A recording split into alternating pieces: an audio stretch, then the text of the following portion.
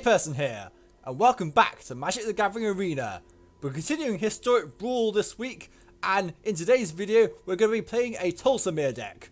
Tolsimir, Friend to Wolves from War of the Spark, is a 3/3 legendary creature elf scout at 5 mana with 2 mana, 2 green and 1 white.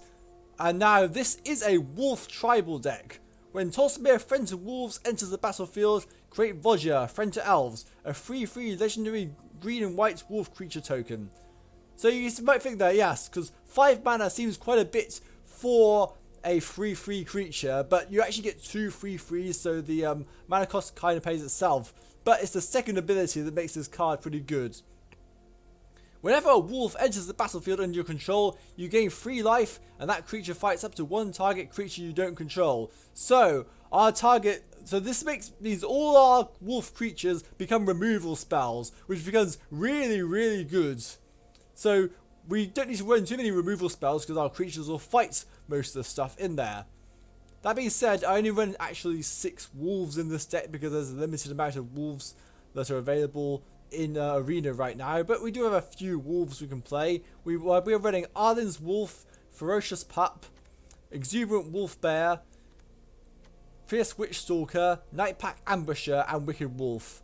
The last 3 are the best ones, with Nightpack Ambusher in particular amazing, as it gives all wolves +1/+1. While Wicked Wolf has its own fight effect, so it can be used as a removal spell without the need for Tolsimir. You also have the fact that Ferocious Pup effectively creates 2 wolves, and Arden's Wolf is just a common wolf, I guess. But on top of that, we do have other ways of making wolves. So we have Wolf Willow Haven, which can be sacrificed later on in the game to create a 2/2 wolf token. We also have Mantle of the Wolf, where when it gets put into a graveyard, you create wolf tokens. So that will also trigger Tolsimir.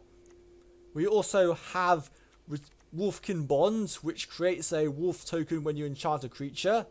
And finally, we have Howling Giant, which creates 2/2 green wolf creature tokens when it enters the battlefield. Okay, actually, there's one more card I need to mention. Island Voice of the Pack, where each creature you control as a wolf or a werewolf enters the battlefield with an additional +1/+1 counter, and a -2 creates a 2/2 green wolf creature token. So that's repeated wolf generation every turn so that we can continually trigger Tolsimir's effects. Now, Tolsimir is 5 mana, so we need some ways to ramp into it.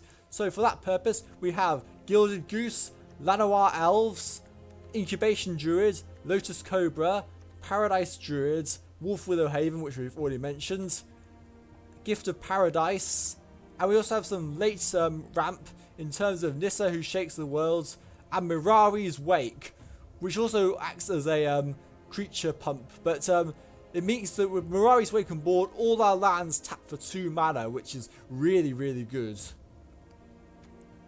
We also have some ways to draw cards in this deck. We have Adventurous Impulse, Shaper's Sanctuary, which is repeated draw every time our opponent targets one of our creatures, so we have some insurance for removal in many ways. We also have Dawn of Hope, where every time we activate Tolsimir's effect, we get to pay 2 mana to draw a card. So pretty good, converting life gain into card draw there, because life gain can be problematic and not good enough on its own. We have Once Upon a Time, because the card is busted, and we might as well play it in every green deck, because you basically get to cast it for free on your first turn. So before you've cast any spell, use Once Upon a Time, and you can get another card into your hand. We also have Seasons of Growth, where we can scry creatures. We can't usually use the second effect to cast a spell that targets a creature you control, but Seasons of Growth will help fix our draws and help us get into good stuff more easily. What else?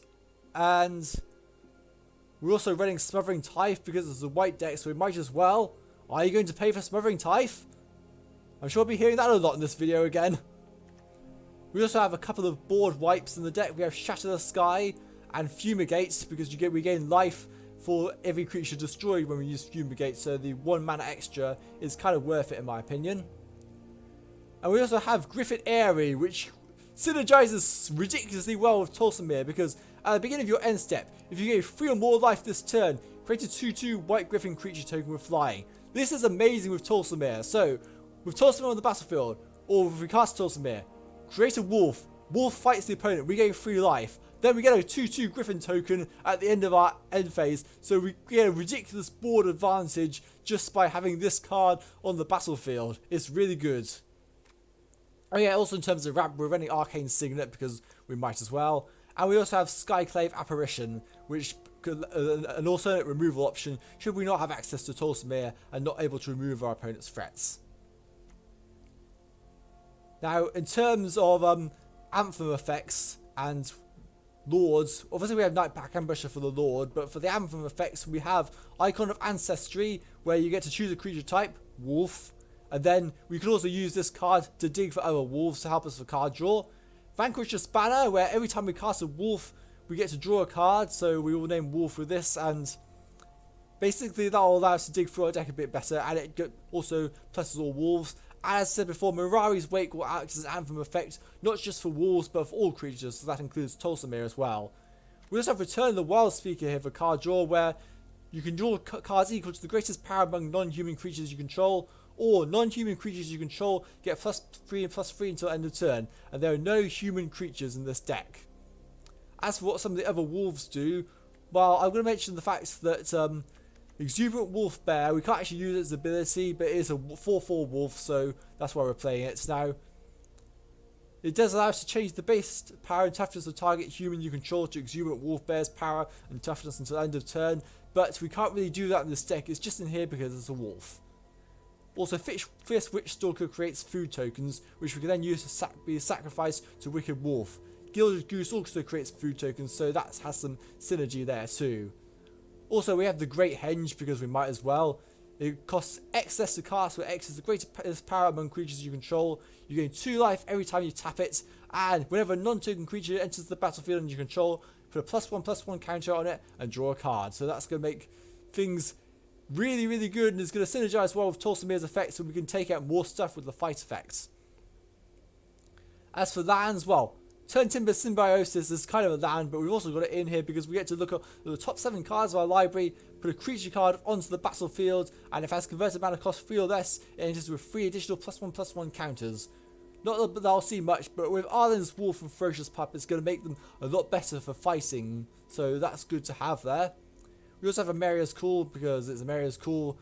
It's just basically a free land with an additional upside. In terms of other lands, we have 3 plains and 5 forests.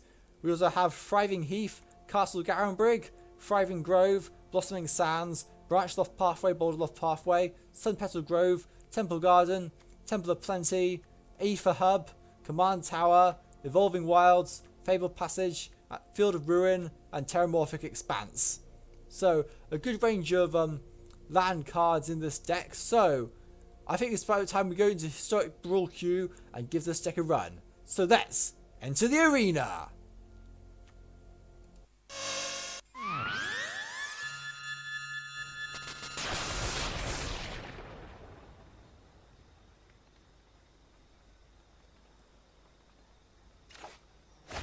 We're going first, but we're against a Chulane deck.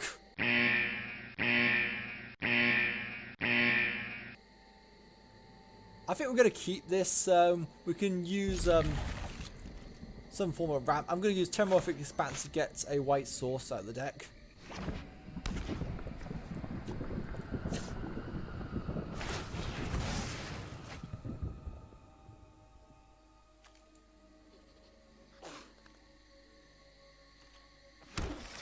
Try and see if we can get Smothering Tithe out as soon as possible. We have another land. We can play Branchloft Pathway as a green. Maybe use Adventurous Impulse, hopefully try and find a wolf. No wolves, but Sunpetal Grove is a pretty good option to have as a land. So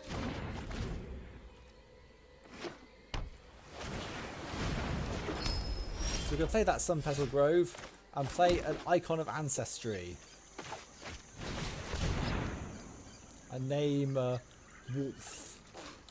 Which doesn't come up at the moment, but it's...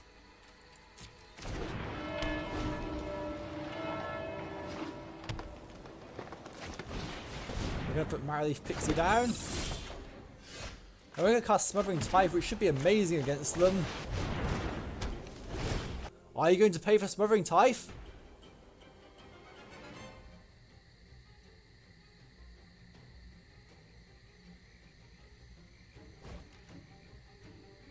And they do pay for the 2, they don't want us to get it out so easily. We do have access to Tolsimir next turn to fight their Maraleaf Pixie, so...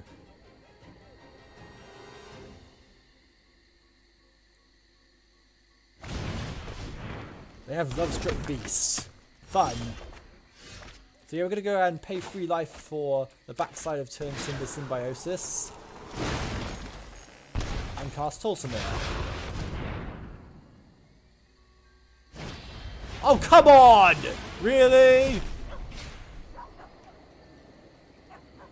Ah, for goodness sake. Ah. Wow, that's bad. So, fun story regarding Smothering Tithe. In one Commander game I was playing, it was a 5-player game that we were playing. One person decided that they were going to cast a Smothering Tithe from the board. So every turn we were having people asking for Smothering Tithe. But it gets even better than that. Later on in the game, I was playing my Seguin deck, and I decided I was also going to cast Smothering Tithe. So there were 2 Smothering Tithes on board. But it isn't even that over either.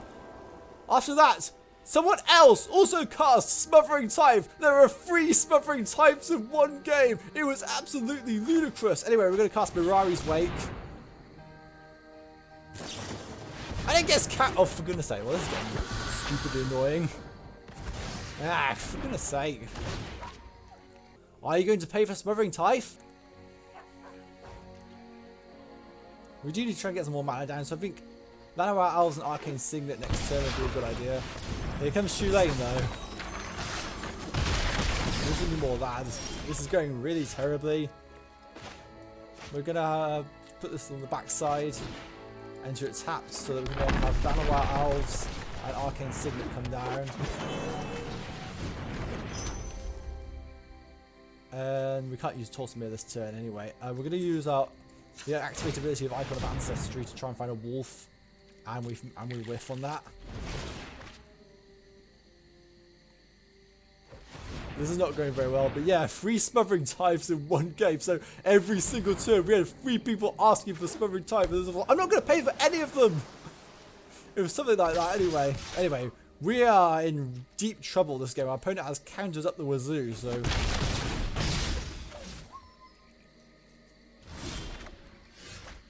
We're going to go and cast Tolsimir around.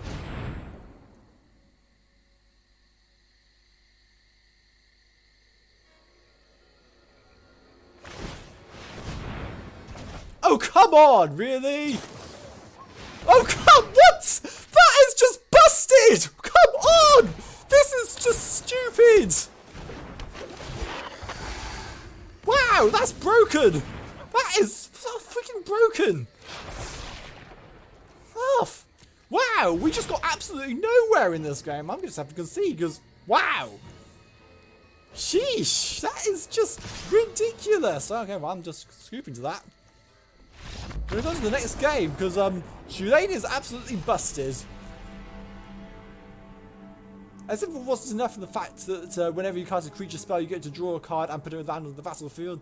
The fact that you can then bounce your own stuff back, and the fact that they bounce Field Mystic. Okay, that's just ridiculous. And they just had way too many counter spells and repeatable use counter spells to be able to do anything. And then we were just ridiculously outclassed there. I wasn't really sure what we could do. We just never got a commander out. That's just really, really bad. Anyway, on to the next game.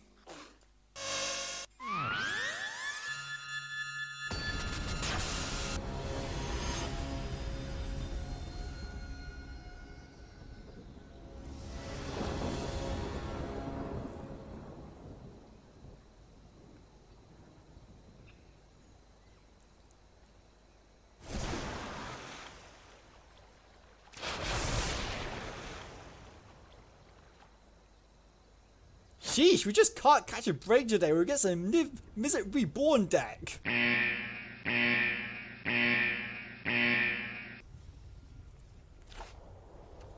We'll keep this, but gonna be really tough. Niv-Mizzet Reborn is really good in Brawl because it allows you to just play all 5 colours, so you can just play all the best cards. So yeah, we're gonna have a real difficult time against this.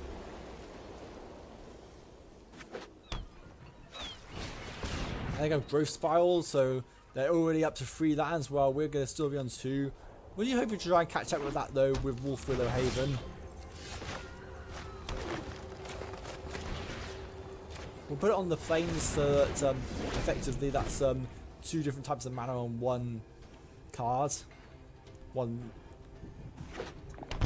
land, I should say. And they got Chulane out. Well, that's annoying because well, Chulane doesn't actually have hexproofs in some ways, but we can't really fight it yet, so we'll just put a Smothering Tithe out. Are you going to pay for Smothering Tithe?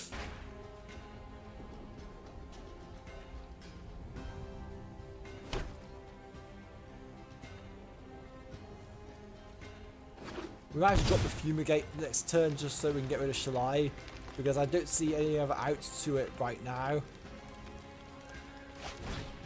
And they have Teferi! Oh, come on! And he's hexproof too. Wow! Sheesh!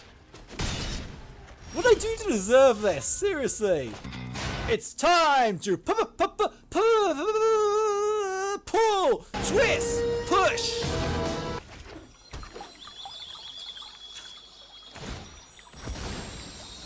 We're going to get another plains.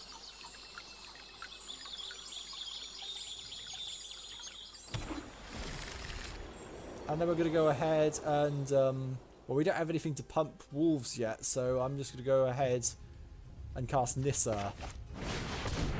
That might not be the right decision, but we'll see how it goes. I protect that which cannot protect itself. We're going to go ahead and hit this forest.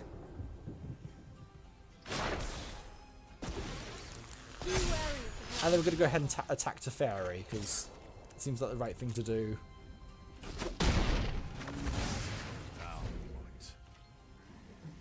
Now, the downside of Nissa is you do leave your lands vulnerable to removal spells, and Niv-Mizzet Reborn tends to run a lot of different removal spells.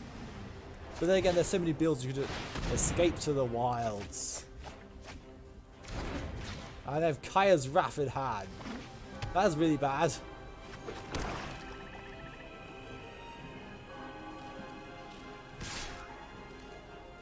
And they have Casualties of War. Well, this is going to suck real bad. We're going to go ahead and put the Temple of Plenty down. They are then. That's really good. We can get our next turn, hopefully. We cast Tolsimir.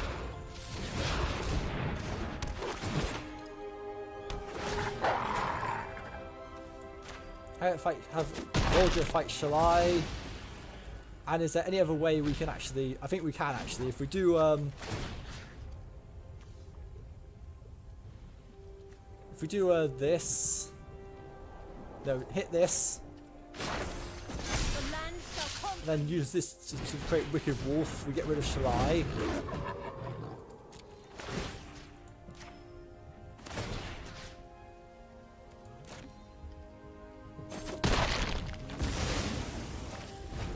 So this is an interesting position here. They do have Kaya's Raff in hand, and I think they probably go and use that, or they might... No, actually, they'll probably use Casualties of War because they can get rid of Nissa that way. If that was the case, well, we'd lose 2 lands. No, they are going for Kaya's Raff. They're not even going to bother with Casualties of War. I guess they don't probably have the right mana for it yet or something.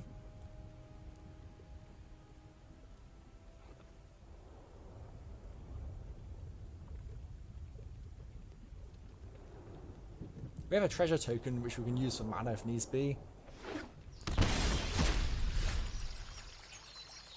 But yeah, I think we're going to have to sort of tap out all our lands.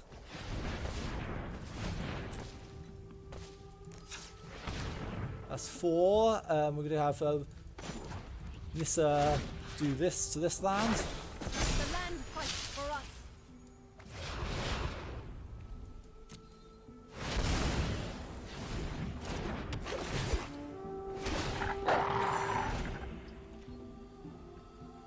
Casualties of War is no longer available to them, which is pretty good.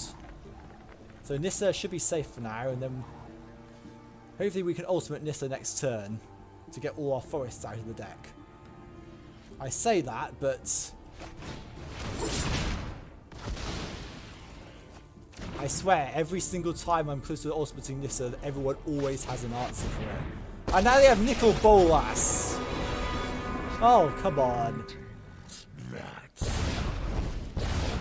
Target opponent exiles cast on top of the library into the exile non-land clowns. And they get to play our Sky Claim. Come on! Wow!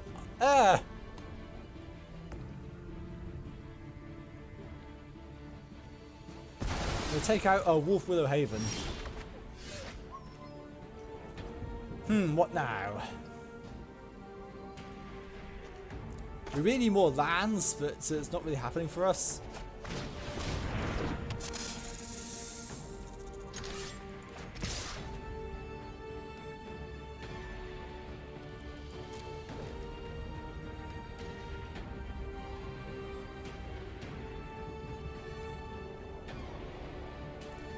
If looks like we're gonna get a token from it, but then again, there's still the fact that Nicol Bolas is on hand, and we've just been set back so far in lands.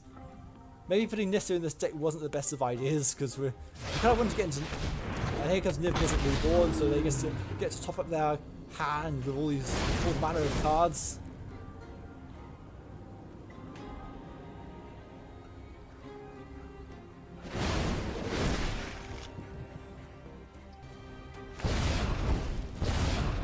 And they go ahead and take Gift of Paradise, which is not quite as good as the previous time, but then again, they do gain free life from it, so...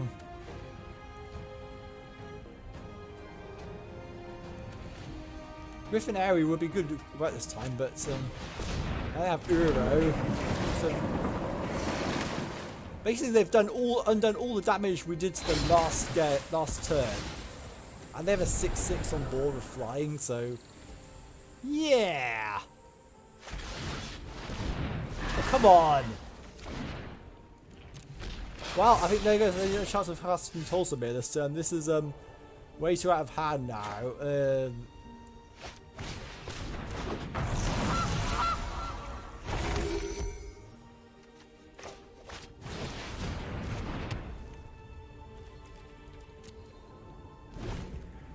Oh dear. And Nicol Bolas is very close to ultimating as well, so...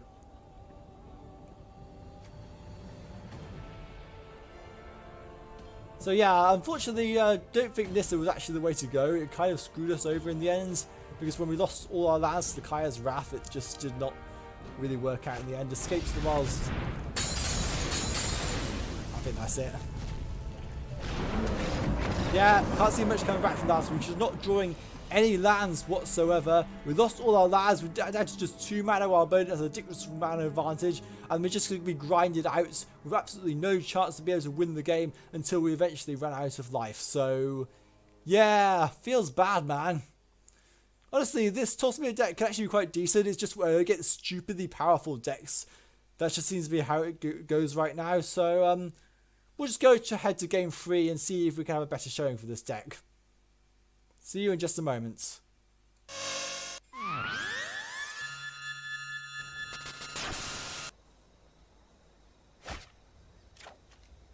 Arrow gets a Yarok deck. If we're going to lose this one, then I think we're pretty much screwed.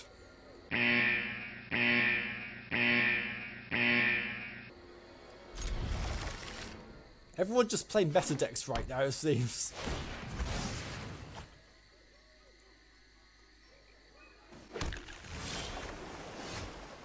Hey, we're going to put a let's put Sunpetal Grove down tapped. I think that's how it goes anyway. We're going to go ahead and put this down on this side so that we can then put Griffin Airy down. Actually give us a good chance, but players of Yarok decks, they run Agent of Treachery, and if they get that down along with Fast, we basically lost. Jace Mirror Mage. Interesting inclusion. Control without empathy is just cruelty. We're going to go ahead and use this to get a forest. We're missing out a bit on ramp at the moment. We can always put down Season of Growth. We can use Adventurous Impulse to dig for land if necessary. I love learning.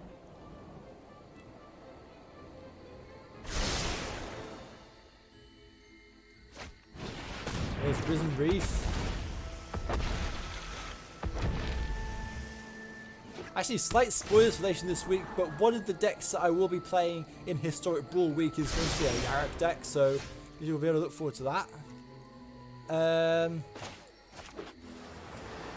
We're going to go ahead and pick green on the Thriving Heath. So now we're going to use a Skyclave Apparition and get rid of Jace.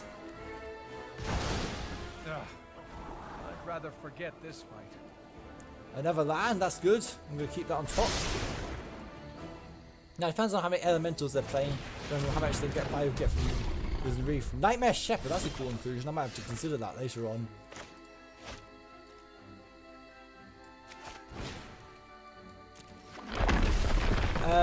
We're going to go ahead and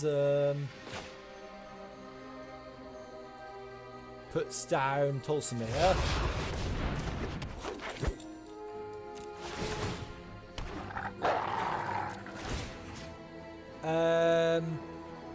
We're not going to fight anything because that's because the Nightmare Shepherd is what we really need to kill first.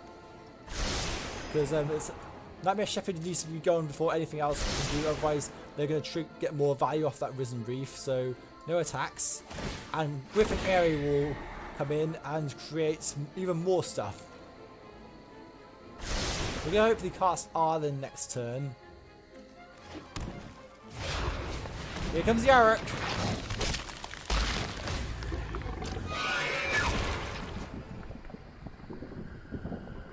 And Yarok does trigger Risen Reef, I suppose. Right. Okay, we've got some decisions to make here. We want to cast Arlen this turn.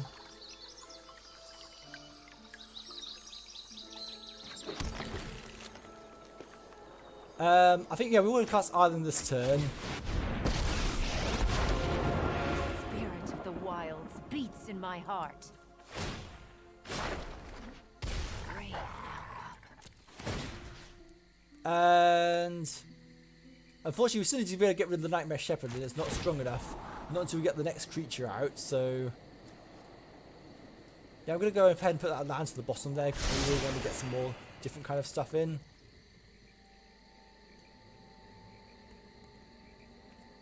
Still no attacks. Gift of Paradise? No. Need wolves. We can always block with the Griffin tokens if necessary if they attack with their Nightmare Shepherds. Nissa. But the Golgari Nissa from Zendikar Rising. Contain the blight that dwells within. Oh, clever. They're going to use Terramorphic Expanse now just to put the counter on the loyalty counter on Nissa Shadow Burrows so that they can use the minus ability to put a creature onto the battlefield. That's a cool tech, actually.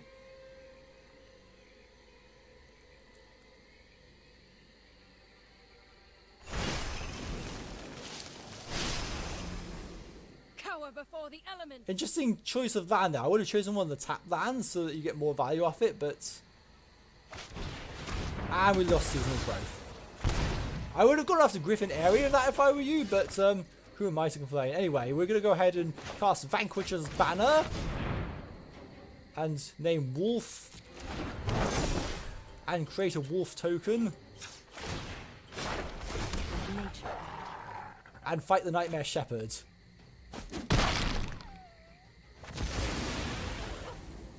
And then we'll use Adventurous Impulse to try and get something else. Ether Hub, that could do. Ether Hub will only be worth 1 energy in this deck, but I've got them there for additional stuff. Anyway, do you have Reach? You don't. Okay, we're just going to head and attack with the Griffin tokens.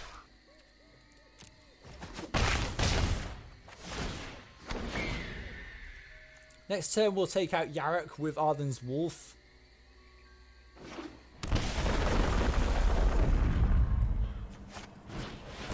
We will be able to do that because of both Vanquisher's Banner and Arlen, unless we lose our Arlen. Solemn Simulacrum coming in.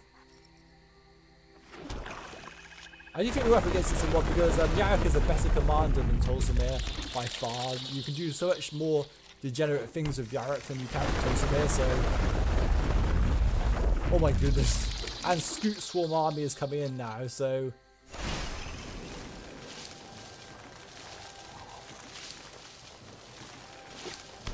I think I have Meteor Golem out. So we don't get to keep our island after all. That's bummer. Vanquish's Banner has been destroyed as well. Sheesh.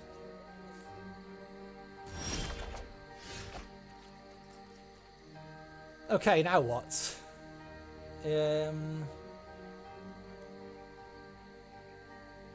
2, 3, 4, 5. We have 7 mana. We can cast 2 wolves this turn, actually.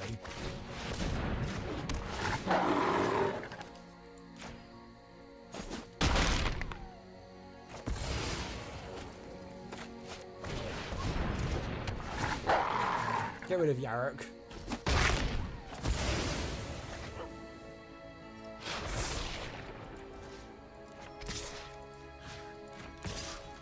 And use the Griffin tokens to swoop in for attacking in the air. That kind of been a roundabout way, but we do make more tokens as it piles up. Yarok is going to immediately come back out again though. So we can draw 2 cards and potentially put 2 lands onto the battlefield.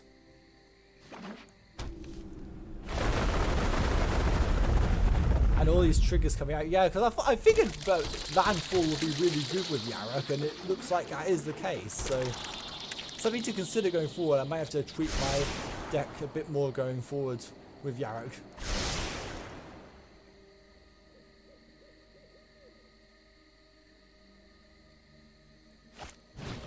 And he puts the test and training on.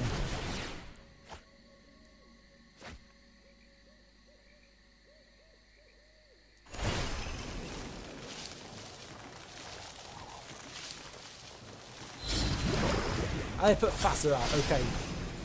This is a problem. They're using Nissa as a means to oh come on. Sheesh.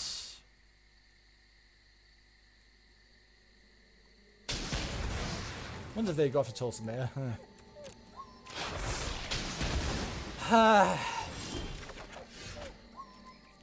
We could cast Turn Timber Symbiosis this turn actually. Anything we've got good coming in? Night Pack Ambusher, I guess? We're going to get rid of Nissa because Nissa is allowing for quite a bit.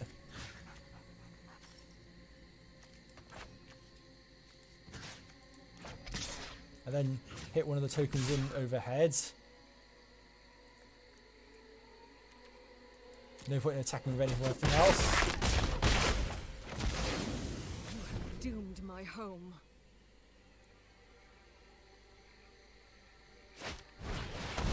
Cast Uro.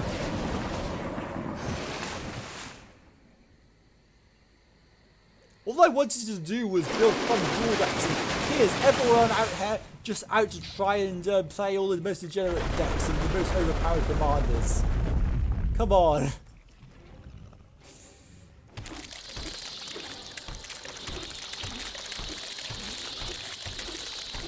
I'm not sure how we can really compete with this, to be honest. Like, look at this! Look at this!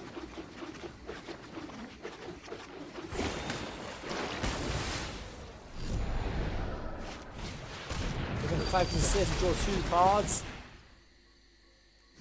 Unfortunately, we just started 1 card in the hand and all these double triggers because of Yarok being on the battlefield with test and training on as well, so I think the Griffin tokens that we have are something we really need to keep, but they know that too because it's just like, what?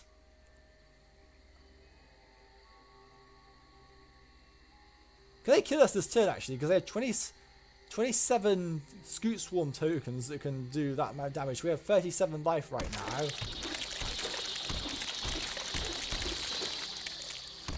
I mean, we're dead on board basically next turn.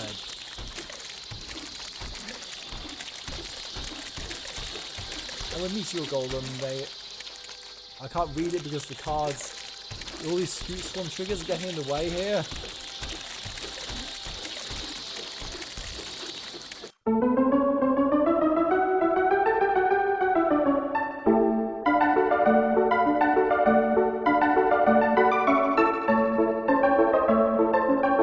We can always hope that because of they using their timeouts that they will actually win us the game as a result, but who knows?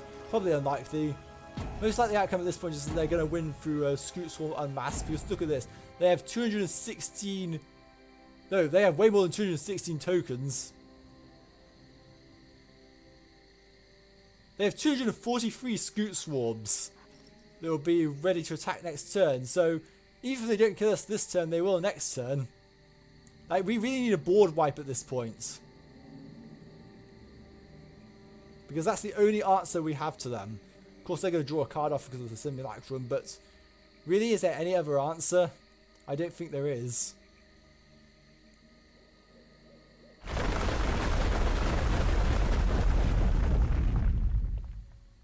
Come on! What? Even more tokens!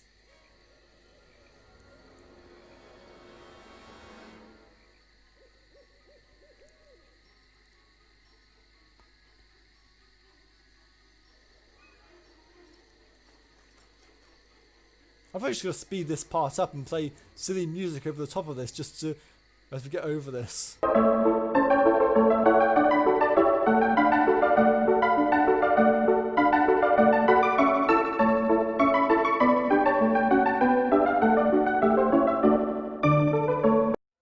Just click the resolve all button for goodness sake.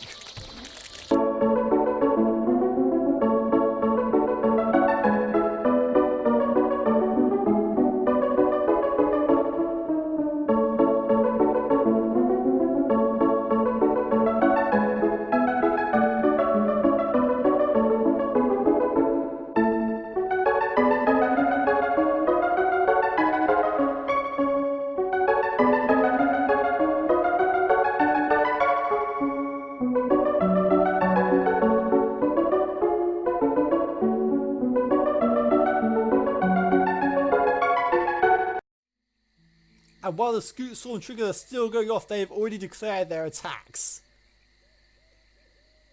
Except, how are you attacking when... I can't even declare blockers yet because their triggers are still going off on the stack. It's kind of ridiculous. I'm sorry, but my opponent is breaking the game with their Scoot Swarm triggers. What am I supposed to do here?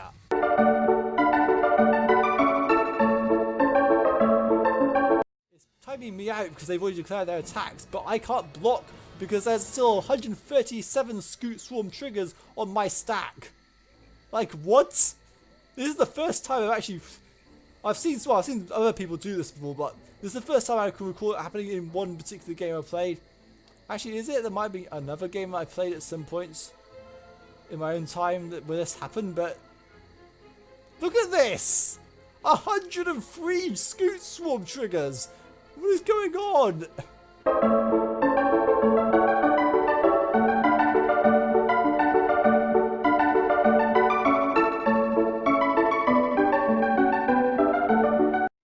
Is the game even working anymore? No, because we completely passed turn because that took way too long and did absolutely nothing whatsoever. So yeah, we're dead on board now. That's why they're all attacking. So yeah, good game.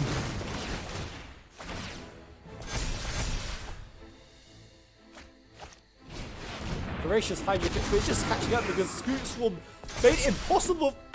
So basically, Scoot Swarm on Arena basically allows your opponent to skip their entire turn and do absolutely nothing. Like, what? That's just broken. I'm sorry, but that just is. Like, now what? The game cannot handle this because... And they did a minus 224 damage and win the game. What? I could not do anything whatsoever. I mean, I know people tend to get saucy when playing Magic the Gathering Arena. It can be that type of sauce-inducing game and things don't go in your favour, but this is legitimately unfair because of the way the arena was programmed means I could not do anything on my turn.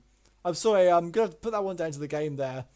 We were probably going to lose the game anyway because Scoot Swarm is ridiculous, but the fact that I could not even do anything on my turn that followed because timeouts meant that they just went straight to their turn. I'm sorry, that is not satisfactory. I'm going to play one more game as a result. I wanted to try and stick to having 3 games per episode, so the not too long. But after that, we just got completely battered by meta decks, and I feel like this deck needs to be having more justice done to it. So we're going to play one more game. I shall see you in just a moment.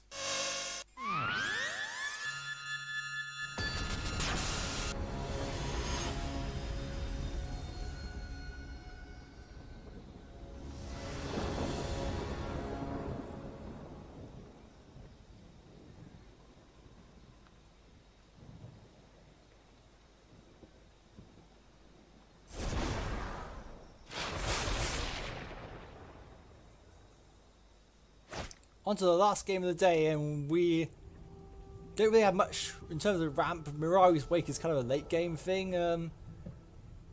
We have options, I guess, but I want a mulligan so we just get something out on board. Yeah, we'll keep that. Once Upon a Time can be something we can put out at some point. We'll put this down, play a Shaper's Sanctuary. Next time we'll play Temple Garden, play Lotus Cobra. But not before we play Once Upon a Time. Transcendent Envoy. Our opponent is Raff, Capashen, Ship's Mage. You've made casted historic spells as though they had flash. That could be very problematic, let's just say. Once Upon a Time comes out. Oh, hang on. I meant to cast it with the alternate cost. Oh yeah, Shape of Sanctuary's happened. Okay, right. We'll go and take the Wicked Wolf.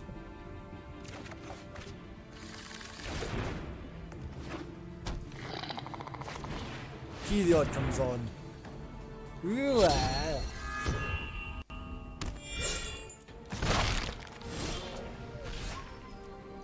Evolving. Now we're going to put Lotus Cobra down. And then Evolving Wild is going to come down. White. Then we'll use Evolving Wilds to get ourselves an actual white land.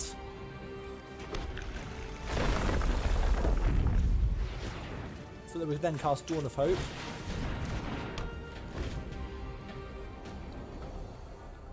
Now, can we get Tolsimir out next turn? I think with Lotus Cobra we can't, can we?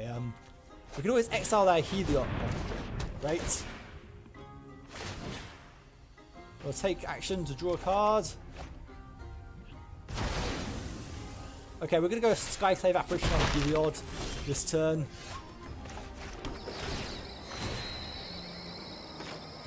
We're going to decline that because we want to pay our Skyclave Apparition. Get rid of Heliod. Goodbye Heliod. Which is really good because it's hard to deal with it otherwise.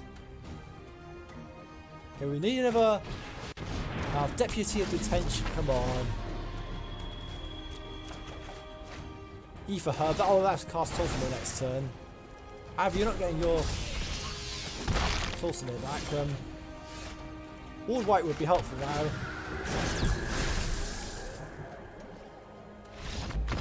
And they concede! Okay, I have a bit of a problem at the moment because whenever I play Historic Brawl, we either get absolutely smacked or our opponent concedes too early. I'm not able to show all these decks off properly because our opponent's not giving me a chance. It's kind of sad, really. I mean, what I would have done was use Tolsimir this turn and then probably fight the Deputy of Detention so we can get our Skyclave Apparition. Yeah, actually. Okay, I can understand why they conceded now. Yeah, that's pretty busted. Unless they thought they saw the energy, and I'm a bit confused here, actually. Someone just wanted us to win, I guess. Well, we get to end the video on a good note, I guess. So, yeah. I will go straight to the outro and we will talk a bit more about the deck itself. So yeah, I kind of feel like this deck was given a bad rub of the green today because we just got absolutely battered from all sides. Aside from that one game where our opponents scooped early, which is going to be a common theme so far. It's hard to try and get to a game where the opponent isn't going to concede early and not really show what the deck can really do.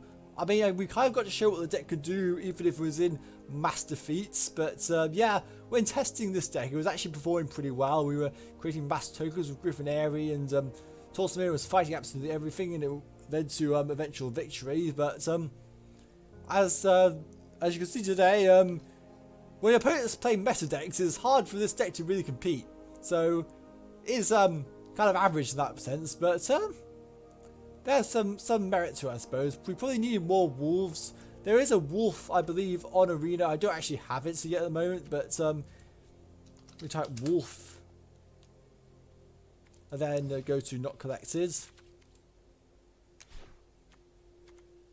Yeah, this right here, I don't have this, but Scarlet Wolf would have been really helpful in this deck because it basically lets you just look at the top 5 cards of your library and reveal a green card from among them. So that would allow us to replace itself, and it would also fight the opponents. Of course, it's only a 3/3, so limited things in what we can fight, but it's probably better than some things we have in the deck, to be honest. I really feel like Nissa was a mistake, actually. I'd probably take Nissa out. Nissa's a really good card, but the problem is, when we were playing against Niv-Mizzet, we lost all our lands to board wipes, and then we just got mana screwed for the rest of the game and really couldn't do anything about it. But that's how things go, really. I mean, this is a really good card, and we will be seeing more of Nissa later on this week, as she's just really good, and there's other decks that we're playing where she'll be good, because spoilers, the last 2 decks in Historic Brawl week all contain green. I do have high hopes for the last 2 decks, as they're with legitimately good commanders, so hopefully we'll be faring a lot better against them than we did with either the Tolsimir or the Feather deck, because Tolsimir and Feather are just gimmicky decks at the end of the day, really. Anyway, thank you for watching this video. Please like the video if you enjoyed it. Please share this with your friends so you can get more people watching the video. Please subscribe to the channel for more Magic the Gathering Arena content, as well as general gaming content in general. I've got a lot of games I like to play over the years, and Arena is just one of them. I also do a lot of custom character content on the channel, so I kind of feel like Arena falls under the line of custom content because it's effectively custom decks, so that's why I'm playing that. Oh, and finally, hit that notification bell to be notified whenever new videos come up. Also, follow me on Twitter at GenericAperson, all one word. Thank you for watching. I've been A Person. Goodbye.